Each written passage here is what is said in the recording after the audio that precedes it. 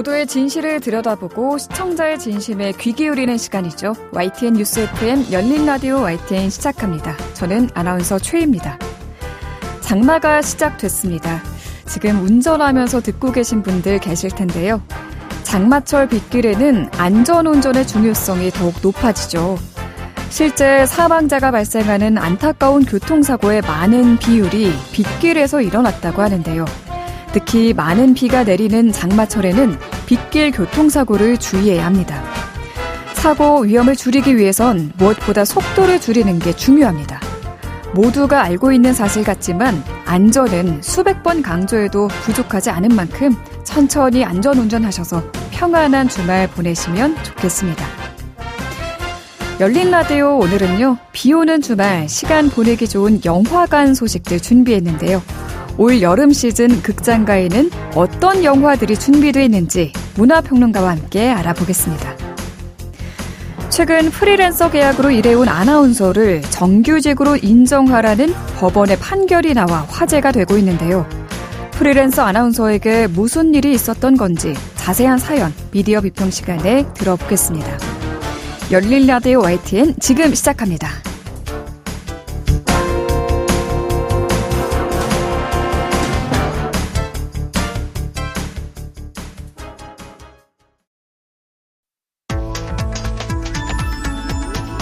미디어가 전하는 이슈에 대한 다양한 분석과 팩트체크까지 바로 보고 뒤집어 보고 꼭꼭 씹어보기 위한 미디어 비평 프로그램 열린 라디오 YTN.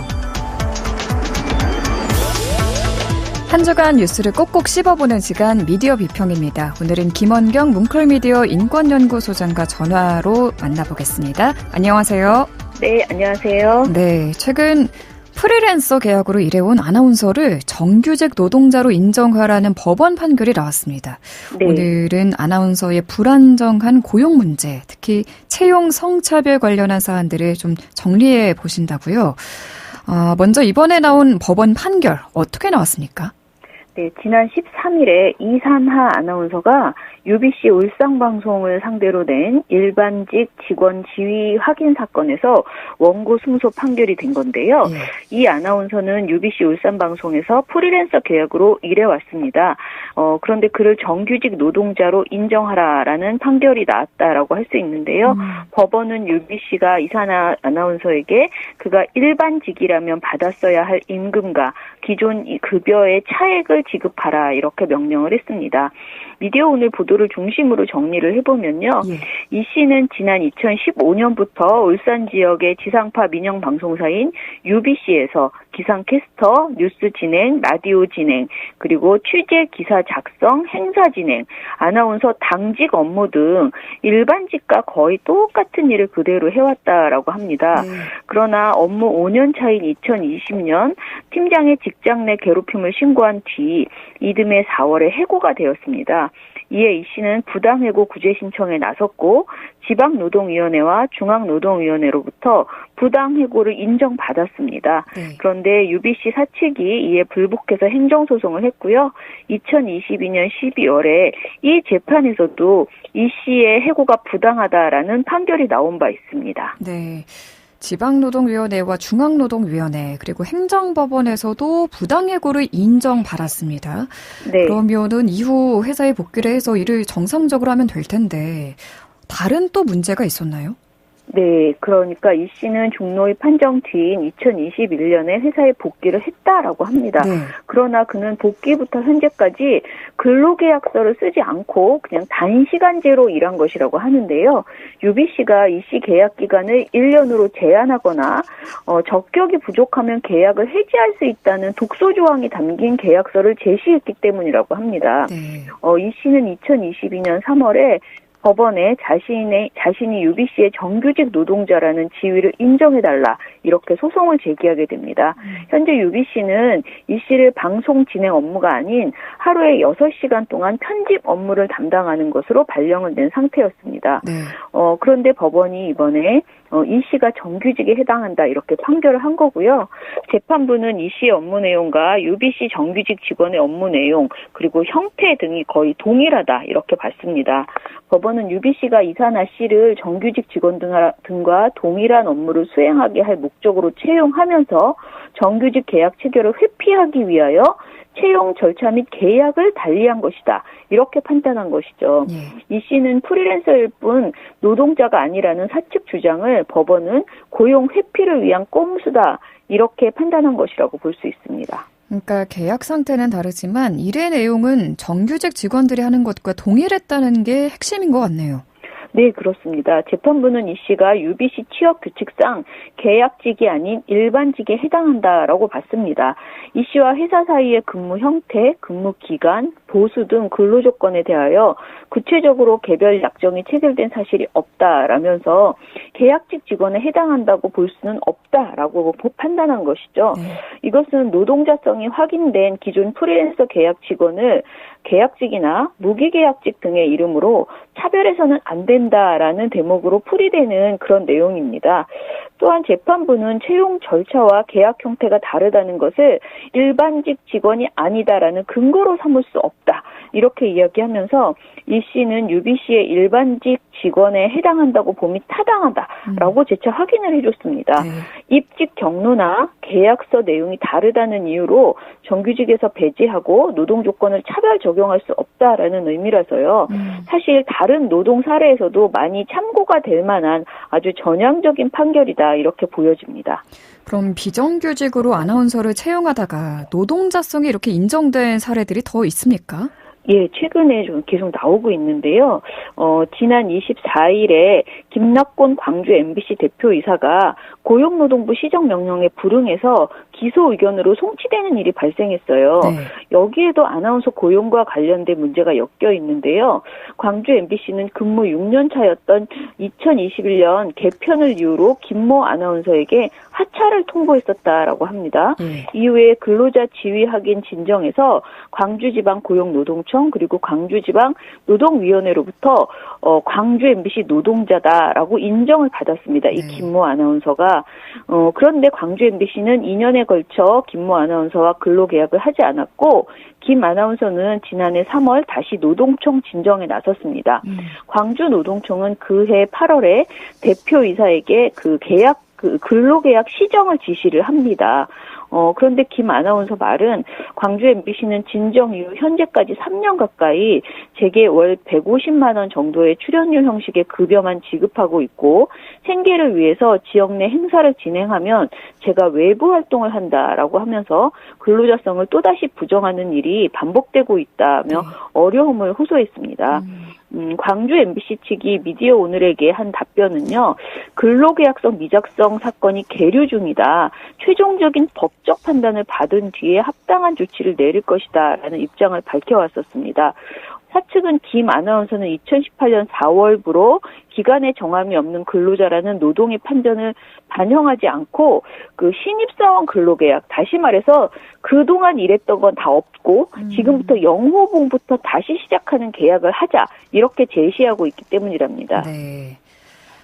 해당 아나운서의 계약 관계에 대한 이야기를 쭉 해주셨는데요. 네. 사실 여성 아나운서의 경우 애초에 채용 단계에서 프리랜서나 비정규직으로 고용되는 채용 성차별 문제가 지적되기도 했죠. 네, 그렇습니다. 여성 아나운서의 성차별 채용 실태는 2019년에 유지은 대전 MBC 아나운서의 국가인권위원회 진정으로 수면 위로 드러난 적이 있습니다. 국가인권위원회는 2020년 4월 28일에 대전 MBC의 정규직 아나운서와 같은 업무를 수행하는 유 아나운서를 정규직으로 전환하고 유 아나운서에게 위로금 500만 원을 지급하라 이런 권고를 한 적이 있습니다. 유 아나운서는 2014년 5월 프리랜서로 대전 MBC에 입사를 했습니다. 정규직 아나운서와 같은 일을 했지만 해당 대급만 받는 프리랜서로 임금, 복리후생, 고용안정 등에서 차별을 겪어왔습니다. 그런데 프리랜서 아나운서는 모두 여성인데 반해서 정규직 아나운서들은 모두 남성이더라라는 것이에요. 그 회사에서 2019년 8월 기준으로 아나운서 5명 중에서 남성 2명은 정규직, 여성 3명은 프리랜서였다라고 합니다. 2018년 남성, 여성 아나운서가 각각 한 명씩 입사를 했는데 남성 아나운서만 정규직으로 채용이 되었습니다. 인권위도 이 문제에 방점을 찍어서 자세히 들여다본 것으로 보입니다. 왜냐하면 당시에 인권위는 대전 MBC가 1997년 이후 남성은 모두 정규직, 여성은 모두 계약직 또는 프리랜서로 채용한 것은 명백한 차별에 해당한다 이렇게 판단한 바 있습니다. 그리고 당시에 춘천, 제주, 원주를 제외한 12개 지역 MBC 내 여성 아나운서들 32명 중에서 정규직은 고작 4명뿐이었고요. 이와 비교해서 남성은 29명의 아나운서 중에서 26명의 아나운서가 정규직이었다는 사실이 인권위 조사 결과 드러나기도 했습니다. 이처럼 인권위의 권고가 있었음에도 대전 MBC는 전체 경력의 3분의 1인 2년을 제외한 채 유 아나운서를 정규직으로 전환하겠다 이렇게 했습니다. 대전 MBC가 유 아나운서의 6년 경력 중 2년을 제외하는 근거는 기간제법을 적용하겠다라는 겁니다. 기간제법에 따라서 입사 후 2년은 계약직으로 간주하고 2016년 4월부터 정규직으로 전환된다라는 논리입니다. 그러나 유지은 아나운서는 채용 성차별을 위해서 함께했던 그 대책위가 있거든요. 이 대책위에서 그렇지 않다. 유 아나운서는 형식만 프리랜서였을 뿐이고 대전 MBC가 업무 내용을 지시하고 업무 형태, 업무 환경도 지정하는 등 업무 수행을 지휘 감독했다는 점, 그리고 정규직 전환 전후로 동일한 업무를 계속 수행해왔고 근무가 전혀 단절되지 않았다는 점 등을 봤을 때 근속 연수 및 호봉은 입사 당시로부터 따져야지 맞는 것이다. 이런 비판의 목소리를 냈습니다. 네. 채용 성차별 문제가 노골적으로 드러난 대전 MBC 사례를 전해주셨습니다. 네. 여성 아나운서들이 겪는 어려움이 참 많다는 생각이 들어요. 성별에 따른 차별 없어져야 할 텐데 아직도 만연해 있는 것 같아서 참 안타깝습니다. 네, 맞습니다. 저는 대전 MBC 유지은 아나운서가 그 당시에 국가인권위에 진정해서 이런 결과를 이끌어낸 것에 대해서 정말 대단한 일이었다라고 생각을 합니다. 왜냐하면 저는 언론운동을 하고 있었지만은 사실 이런 현실은 전혀 모르고 있었거든요. 당시에 많은 어려움이 있었을 텐데 유지은 아나운서가 용기 있게 나서줬기 때문에 그 이후에 다른 아나운서 분들도 자신의 문제를 다시 한번 용기 있게 제기할 수 있게 되었다라고 생각이 들어요. 2022년 6월 14일 국가인권위원회는 또 다른 아나운서에 대한 그 결정도 내렸거든요. 바로 연합뉴스TV가 프리랜서 아나운서에 대해서 출산 뒤 복직을 거부해온 관행이 평등권을 침해하는 차별이다라는 결정을 내리게 된 것입니다. 연합뉴스TV 개국 멤버이자 1기 아나운서였던 김난영 씨의 진정에 따른 결과였는데요. 인권위는 연합뉴스TV가 김 씨를 복직 조치하고 연합 여성 아나운서들이 불이익을 받지 않도록 대책을 세우라 이렇게 권고를 했습니다. 인권위 결정문과 김 아나운서 설명을 종합해 보면요, 그는 2009년부터 연합뉴스 그리고 2011년부터 연합뉴스TV 개국 후에는 연합뉴스TV에서 모두 10년 정도의 기간 동안 일을 하다가 2018년 5월에 출산을 위해서 방송을 중단했습니다. 당시 아나운서들은 정규직과 프리랜서 구분 없이 다 같이 출퇴근하면서 직무훈련을 받았고 보수도 월급으로 받았다라고 합니다. 이후에 일부 아나운서들이 연합뉴스TV를 상대로 퇴직금 등 노동자로서의 권리를 찾으려고 하자 연합뉴스TV는 정규직과 프리랜서들의 출퇴근 체제와 업무 공간 그리고 급여 지급 방식 등을 분리하기 시작했다라고 합니다. 김 씨는 출산한 그해 10월에 복직 의사를 밝혔지만 연합뉴스TV로부터 끝내 거부당했다라는 것인데요. 김 아나운서는 인권위 진정을 하면 많은 공격을 받을 수 있을 것이라는 걸 알면서도 좀 어렵게 진정을 결심하고 당장하게 싸우기 시작했다라고 합니다. 인권위는 김 전 아나운서에 대해서 6년 9개월가량 장기 근속한 경력 자체가 진정인의 방송 진행 능력과 전문성, 연합뉴스TV에 대한 기여도가 높다는 사실을 입증하는 것이다라고 하면서 이 아나운서의 근로자성을 부인하기 어렵다라고 판단을 했습니다. 김 아나운서는 지금은 연합뉴스TV를 떠나서 다른 방송사에서 일하고 있다고 해요.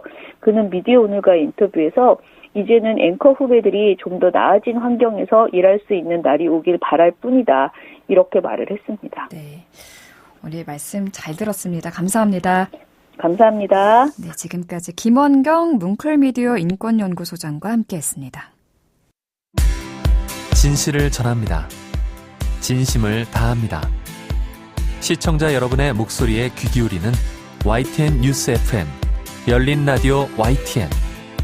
토요일 저녁 8시 20분과 일요일 밤 11시 20분에 방송됩니다.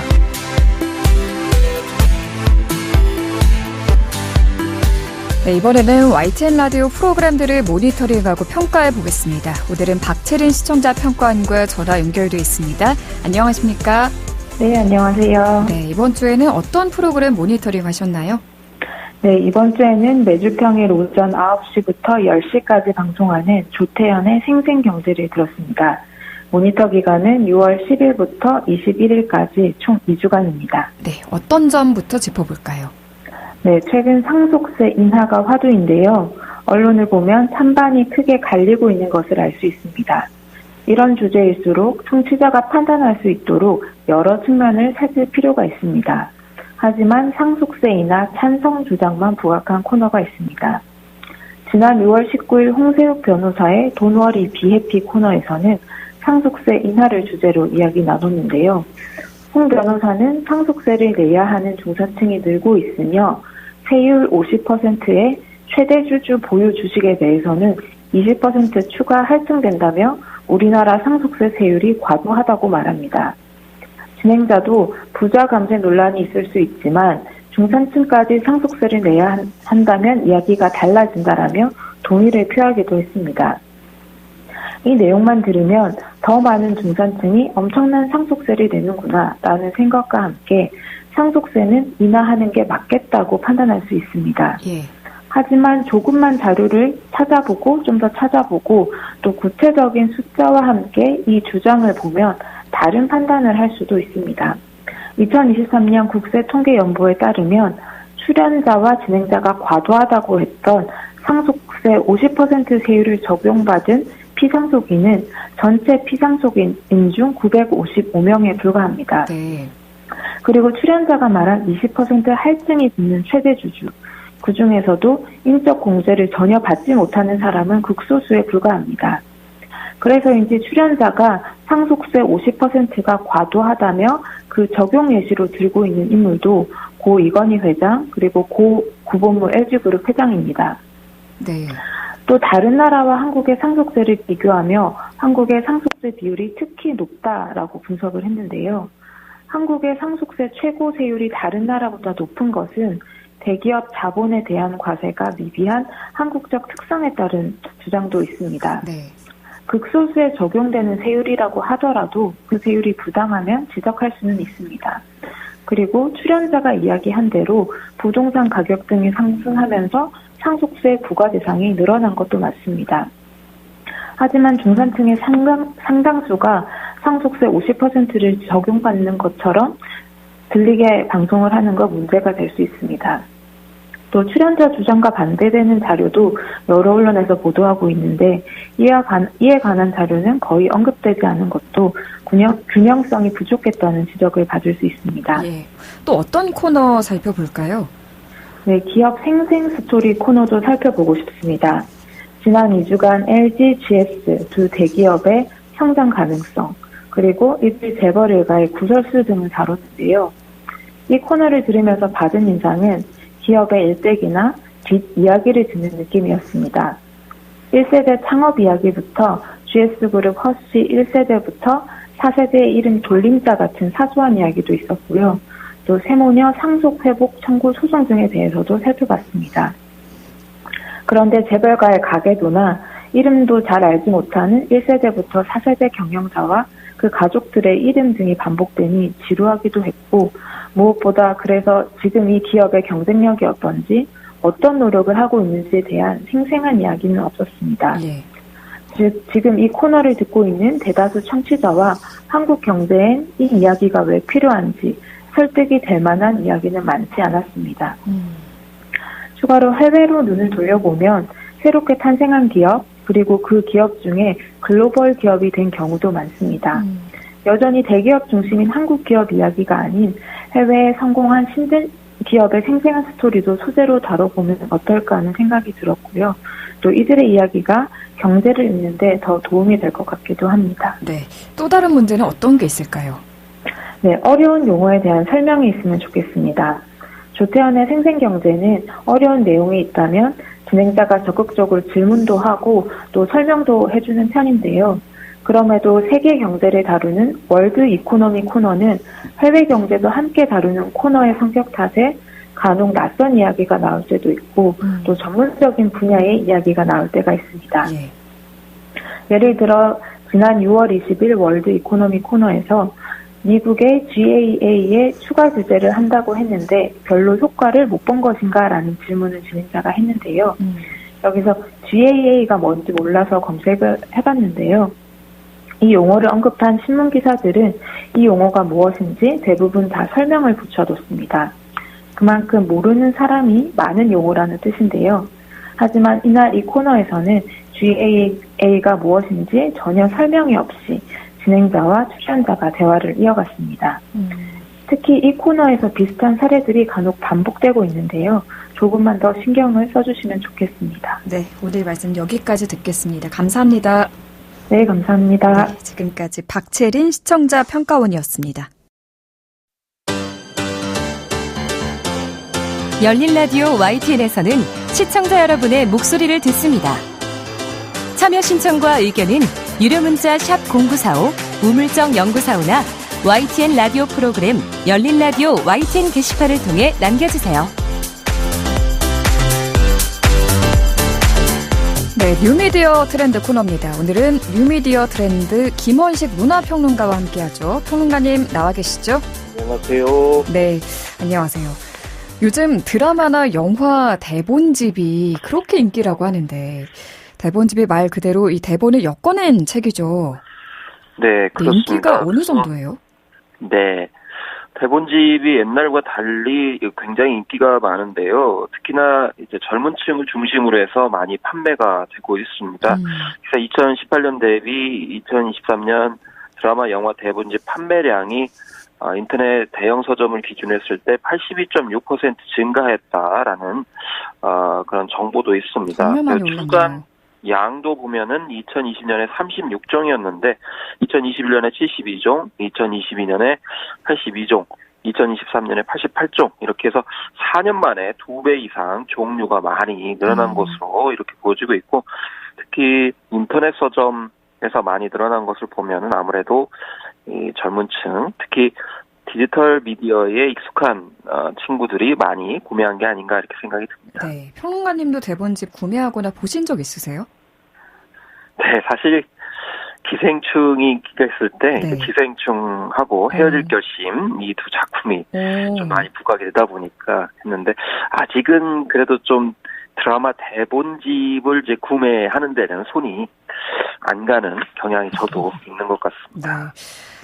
최근 정말 핫했던 드라마죠. 선제 없고 튀어. 이 대본집은 예약 구매를 해야 살 수 있을 정도로 인기가 높았다고 하는데 대본집 자체에 대한 선호가 높아진 건지 아니면 드라마 인기가 워낙 뜨거웠던 만큼 이 대본집 인기도 같이 따라가는 걸로 봐야 할까요?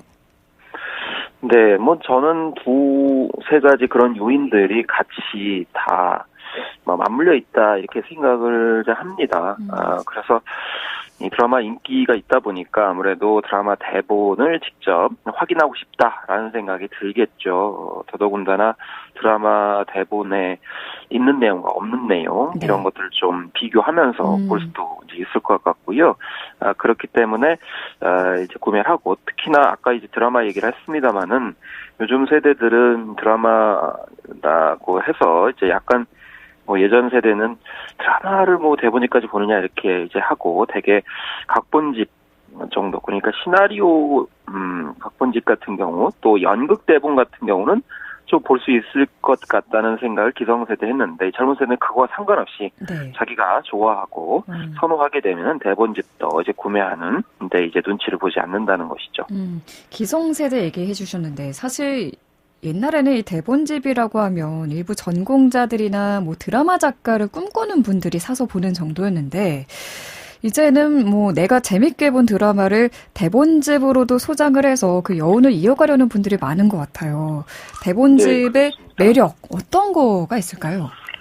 저도 사실은 이제 영화 시나리오나 이제 대본집 같은 경우를 이제 구하는 경우가 이제 있었는데요. 그런데 영화 이제 각본집은 그래도 이제 구할 수가 이제 있어요. 이제 시중에 판매하기 때문에. 근데 드라마 대본집은 구하기가 어렵습니다. 사실 관계자들을 통해 가지고 심지어는 방송국 주변에 쓰레기통 이런 데 보는 이제 경우도 있었는데 또 헌책방에 가는 어렵게 이제 구하는 경우가 있었거든요. 그래서 드라마 작가원들 아는 사람들만 이렇게 보는 차원이었거든요. 중요한 거는 이제 예전엔 이렇게 암암리에 이제 구할 수가 없었지만은 지금 인식이 많이 높아지면서 작가들도 드라마 대본집을 이제 출간하는데 수점이 없다는 겁니다. 그렇기 때문에 아무래도 이 작가의 어떤 팬덤도 저는 이제 늘어날 수 있다고 보고요. 또 한편으로는 오늘날 문해력이다. 젊은 세대일수록 문장력이 떨어진다 이렇게 얘기할 수도 있겠습니다만은 이 드라마 대본집을 보면서 오히려 문장 하나하나를 줄쳐서 음미하고 그러기 때문에 오히려 독서 안 하는 시대에 문해력 또 이제 어휘력을 늘리는 데 있어서도 이제 장점이 될 수 있다는 거고요. 더더군다나 언제 어디서든지 간편하게 떠들어 볼 수 있잖아요. 이런 점들도 대본집의 큰 장점이라고 생각이 듭니다. 네. 사실 최근에 서점에 갔는데 대본집 코너가 작게 마련돼 있을 정도로 정말 찾는 분들이 많구나라는 생각을 해봤습니다. 대본집을 또 하나의 굿즈처럼 여기고 구매하는 팬분들도 많다고 하는데 대본집도 어떻게 하나의 굿즈로 자리를 잡아가고 있다고 보십니까? 네, 잡아가고 있다고 생각이 듭니다. 그래서 이제 팬이면은 당연히 뭔가 이제 굿즈를 사야 되는데 드라마에 있어서는 스타의 그런 여러 가지 그런 브로마이드라든지 아니면은 OST 같은 경우 DVD가 이제 포함이 될 수도 있을 것 같습니다. 그렇지만은 대본집을 이제 사서 또 사진을 찍어가지고 SNS에 올리는 경우도 있습니다. 그리고 이제 원 대본과 드라마 내용이 같은 점, 다른 점 이런 것들을 비교해서 올리기도 하기 때문에 막연히 그냥 기념품으로서의 그런 소장도 있습니다만은 SNS에 인증샷을 위한 그런 굿즈로서 의미가 있고요. 또 그렇구나. 해외에서도 이제 우리나라 한류 드라마인 경우에는 구입하는 경우가 있기 때문에 이런 점에 있어서도 국내에서만 판매되지 않고 한류 팬들, 드라마 팬들에게도 제 굿즈라고 볼 수도 있을 것 같습니다. 네. 자, 그럼 이번에는 영화계 소식을 좀 볼게요. 더운 날이나 비 오는 날에는 극장가 찾는 분들이 참 많은데요. 극장가도 여름맞이 한국 영화들 개봉이 속속 이어지고 있죠.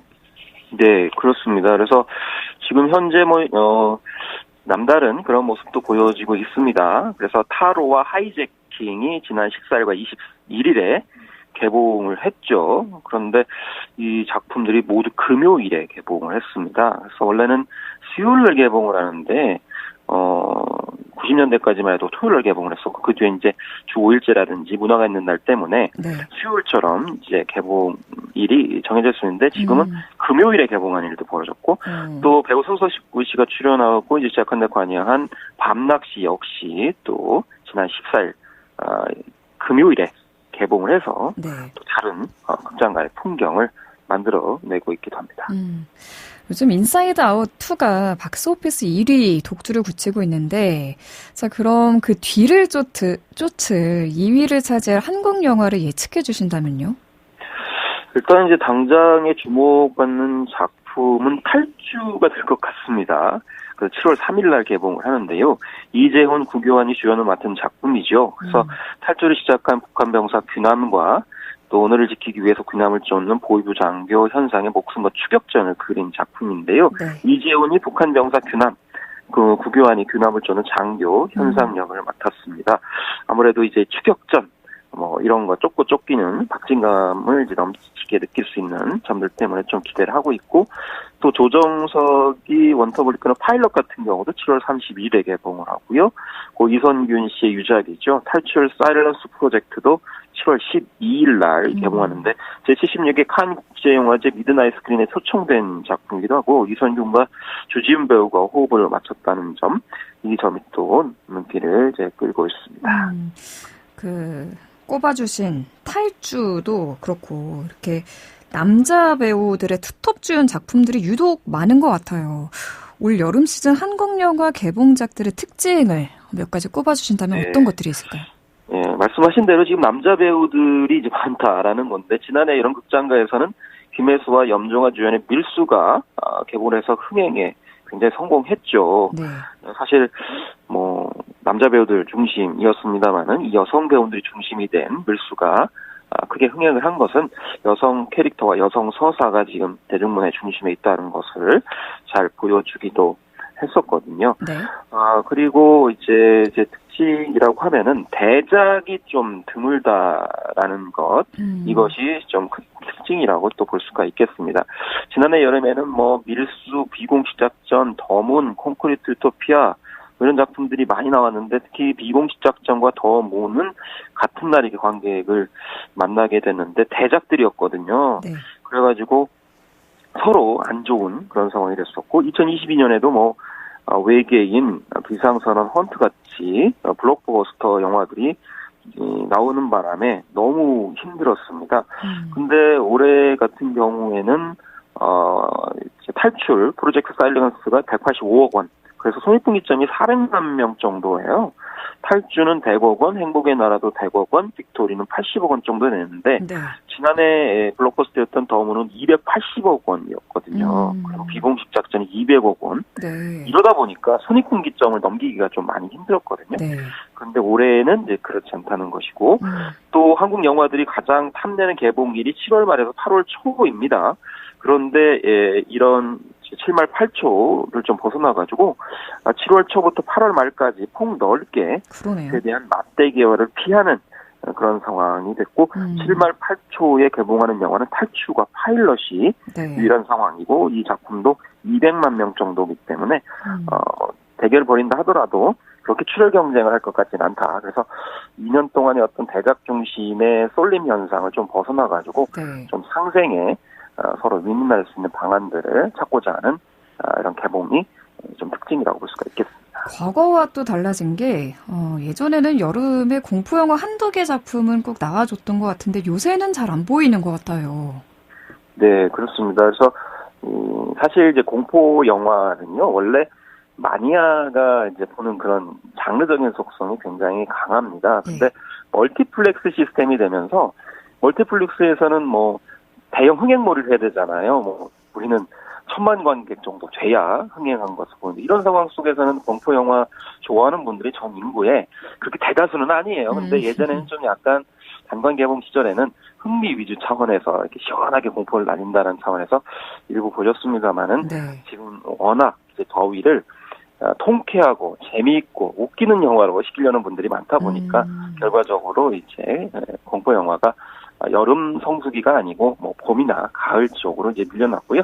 그렇지만 이제 그 공포 영화도 나름대로 이제 마니아들이 있기 때문에 제작비를 줄이고 좀 가성비를 높이는, 손익분기점을 낮추는 그런 형태로 소소하게 제작이 되고 있습니다. 네, 알겠습니다. 오늘 말씀 여기까지 듣겠습니다. 감사합니다. 네, 감사합니다. 네, 지금까지 김원식 문화평론가였습니다. 열린 라디오 YTN 월요일 순서 여기서 마무리합니다. 저희 프로그램은 YTN 라디오 홈페이지와 YTN 라디오 앱, 또 유튜브와 팟빵을 통해서도 다시 들으실 수 있습니다. 네, 오늘 끝곡은 전희의 Don't Stop Believing 준비했습니다. 저는 다음 주 이 시간에 다시 인사드리겠습니다. 아나운서 최희였습니다. 고맙습니다.